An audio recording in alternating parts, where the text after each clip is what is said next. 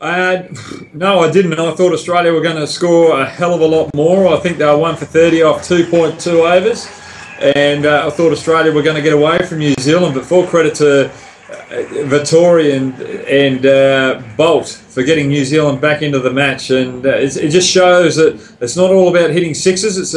Bowlers can be entertaining as well. These low-scoring matches are just as entertaining as a high-scoring match. So, and full credit to Mitchell Starc as well. He was under a bit of pressure. He's been under pressure throughout the Australian summer. He got told that one of the commentators said that he was soft, and he's come out and he's proved that particular person wrong, and he's starting to deliver, and full credit to him for getting six for as well and getting Australia back into the match. Yeah, I think it was a bit of both, a bit of poor batting, poor shot selection. If you look at the Australian dismissals, Shane Watson got caught on the boundary. Glenn Maxwell and Mitchell Marsh played out a couple of wide ones early on in their innings, and they paid their price, chopping on to Bolt's in-swinging deliveries. So it was a bit of a mixture, and also the pressure. There was a lot of hype between the Tasman rivalry between New Zealand and Australia, and there was so much hype that because Australia and New Zealand haven't played for a couple of years, and just the energy that was created within the public and also amongst the two teams was just fantastic. So it just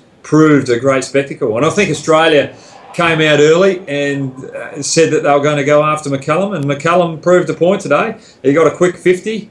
He got hit on the arm early on, and everyone was saying that he should go off, but he wanted to lead by example. He wanted to show that we're tough. We're tough competitors in New Zealand, and I'm leading from the front. And if I walk off, if one of my teammates gets hit, I don't expect them to walk off. I expect them to get out there and do the business. No, I just think Australia went over there. They probably haven't played for 2 weeks. They got washed out up in Brisbane against Bangladesh. So whether that played a part or not, well, it's hard. You're never going to know. But I just think they came out. They said that they were going to sledge McCullum. They were going to stuck right into McCullum. And I think the good thing about New Zealand is they stuck to their guns. They didn't panic.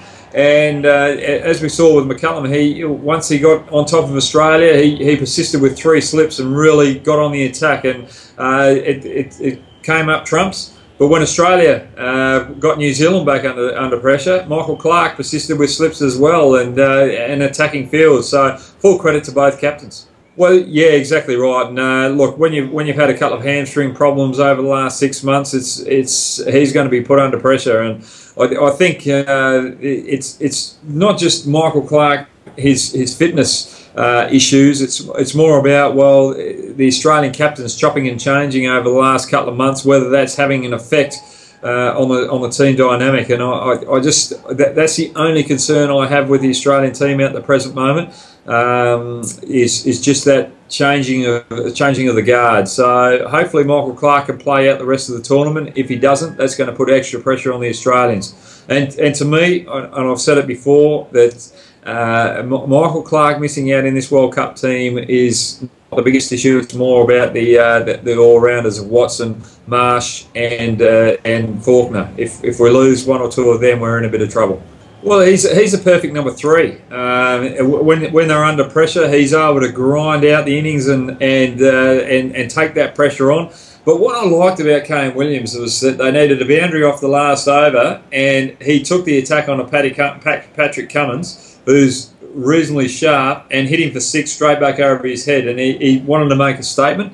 And to do that with only 1 wicket in hand, that showed courage, that showed guts, that showed confidence, and that's what we've seen with Kane Williamson over the last 6 months, and he looks as though he's going to be a class act for New Zealand. So I'm really liking the New Zealand lineup. The only issue with New Zealand is Elliott and Anderson in that middle order. Are they going to come to grips with the pressure? And they're young players, and they've got to show their true worth when it comes to finals. And they're under pressure today. And as we see, you get a couple of quick wickets, and the game can turn around very quickly.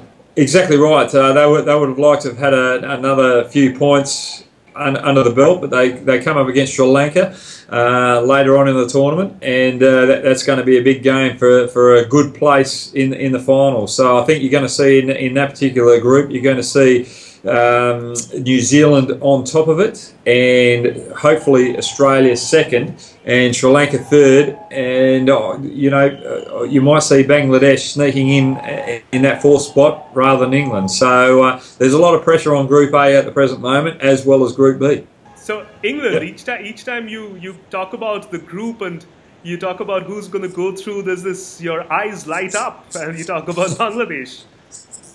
Yeah, I think they've got a few issues in the camp, England. They've had a change of guard out the top and change of personnel as well. And I just don't think they're a stabilised team. And that's been a big problem for them over the last 6 or so years. They just don't have that stability, and they like to chop and change. And that's got to change for England to become dominant again in world cricket.